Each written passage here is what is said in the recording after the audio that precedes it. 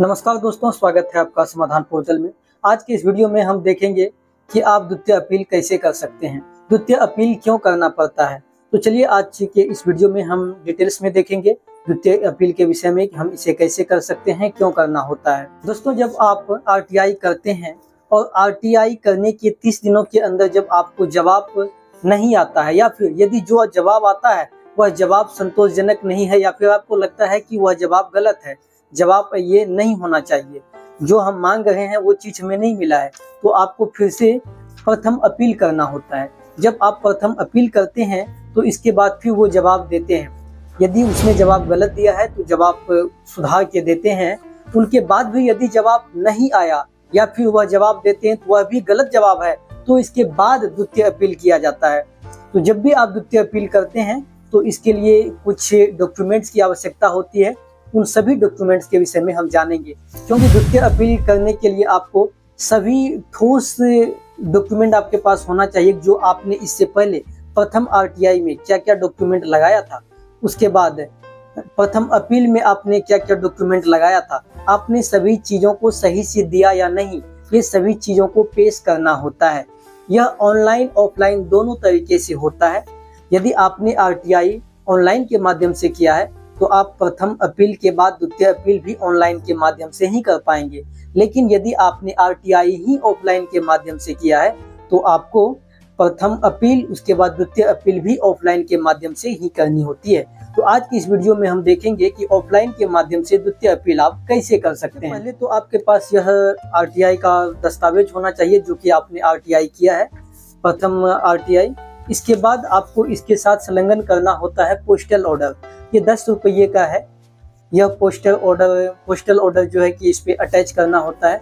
इसका रिसीविंग आता है, वह काट के इसमें अटैच करना होता है। इसके बाद आप जो स्पीड पोस्ट करेंगे वह रिसीविंग आपको रख लेनी है। तो ये हो गया आपका कि आरटीआई जो आपने किया वह सबूत है। ये सभी चीज़ें, ये इसका फोटो कॉपी आपके पास रहना चाहिए। इसके बाद आता है दूसरा डॉक्यूमेंट प्रथम अपील का। प्रथम अपील में जो आपने डॉक्यूमेंट लगाया था वह डॉक्यूमेंट चाहिए, जिसमें कि प्रथम अपील में जो आपने पहले आरटीआई किया था उसका भी डॉक्यूमेंट लगता है, वह भी चाहिए। इसके बाद जो स्पीड पोस्ट से कोरियर किया है उसका भी सबूत चाहिए, ताकि आपने आरटीआई भी किया है, इसके बाद प्रथम अपील भी किया है, आपके पास दोनों सबूत हो चुका है, ये भी आपको अटैच करना है।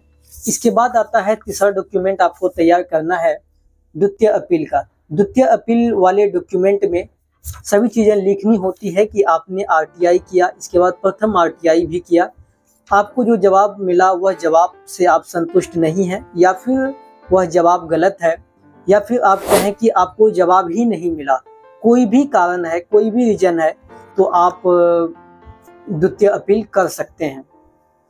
द्वितीय अपील में ये सभी चीज़ें डिटेल में लिखी हुई होनी चाहिए कि आपने प्रथम अपील कब किया था और आरटीआई क्या किया था, जवाब कुछ आया या नहीं आया, वो सभी चीज़ें लिखी हुई होती है।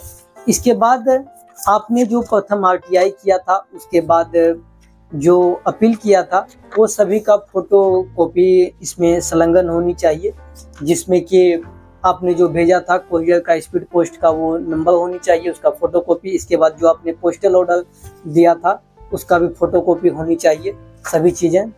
और आपने जो प्रथम अपील किया था उसका भी सबूत होना चाहिए कि आपने किया था। ये सभी चीज़ें लगा देने के बाद आपको एक आधार कार्ड भेजनी होती है, ताकि आप आधार कार्ड जो हो आपका, आप अपना आधार कार्ड भी भेज दें। इसके बाद जब द्वितीय अपील करते हैं तो सभी राज्य का अलग अलग नियम है कि कुछ चार्ज लगता है जो कि कोर्ट से बनाना पड़ता है। बिहार के लिए शायद 20 रुपये का है, तो आपको कोर्ट से वह 20 रुपये का ऑर्डर लेना पड़ता है, वह आपको अटैच करना पड़ता है। इसके बाद सभी डॉक्यूमेंट तैयार कर लेने के बाद आप एक लिफाफा लेंगे, उस लिफाफे में सभी को इस हिसाब से पैक कर देंगे। इसके बाद आपको यहाँ पे बंद कर देना है। फिर जो भी द्वितीय आरटीआई अधिकारी का जो एड्रेस होता है वहाँ पे आपको भेज देना है। एड्रेस आपको कैसे मिलेगा, आप जिस भी स्टेट से हैं आपको लिखना है गूगल में द्वितीय आरटीआई बिहार या फिर जो भी आप स्टेट से हैं, तो आपको डिटेल आ जाता है, फिर आपको भेजना है। यहाँ पर भेजने के बाद जब वो रिसीव कर लेते हैं तो आपको सूचना देने के लिए दूसरा स्पीड पोस्ट आपके पास आता है कि आपका डॉक्यूमेंट हमें प्राप्त हो चुका है। बाद में वो आपको कॉल करते हैं और उनको भी साथ में लेते हैं कॉन्फ्रेंस में, या फिर आपको बुलाते हैं। फिर उनसे पूछा जाता है कि आपने जवाब क्यों नहीं दिया, किस कारण से नहीं दिया, या फिर यदि जहाँ पे आपने मिस्टेक किया है तो आपको बताया जाता है। इस हिसाब से आप आरटीआई कर सकते हैं, द्वितीय अपील कर सकते हैं। यदि कुछ नियम है कि यदि आपको उसने प्रथम अपील वाले ने या फिर आरटीआई वाले ने समय सीमा से पहले जवाब नहीं दिया और आपने सभी चीजें सही लिखी थी, उस हिसाब से द्वितीय अपील वाले जो अधिकारी होते हैं वह अपने से छोटे वाले अधिकारी को पेनल्टी लगा सकती है जिसने उसको जवाब नहीं दिया था। उसका कुछ पेनल्टी होता है। यदि आपको भी कोई जानकारी नहीं मिली है या फिर जो जानकारी आपको मिली है आरटीआई के जरिए वह गलत है, तो आप द्वितीय आरटीआई कीजिए, आपको जरूर जवाब मिलेगी। यदि आपको आरटीआई से संबंधित कोई भी समस्या है या फिर आपको किस विभाग को कैसे आरटीआई करनी है, कुछ भी पूछनी है या जानना है, तो कृपया हमें कमेंट करें। हम आपको बताने की कोशिश करेंगे कि उस अधिकारी के पास उसके पास कैसे आरटीआई किया जा सके, ऑनलाइन और ऑफलाइन दोनों में से बेटर कौन होगा या फिर कौन सा करें। तो आज के लिए यह वीडियो बस इतना ही। यदि आपने हमारे चैनल को सब्सक्राइब नहीं किया है तो कृपया हमारे चैनल को सब्सक्राइब कीजिए। वीडियो अच्छा लगे तो लाइक कीजिए। मिलते हैं अब अगले वीडियो में अगले टॉपिक के साथ। तब तक के लिए जय हिंद।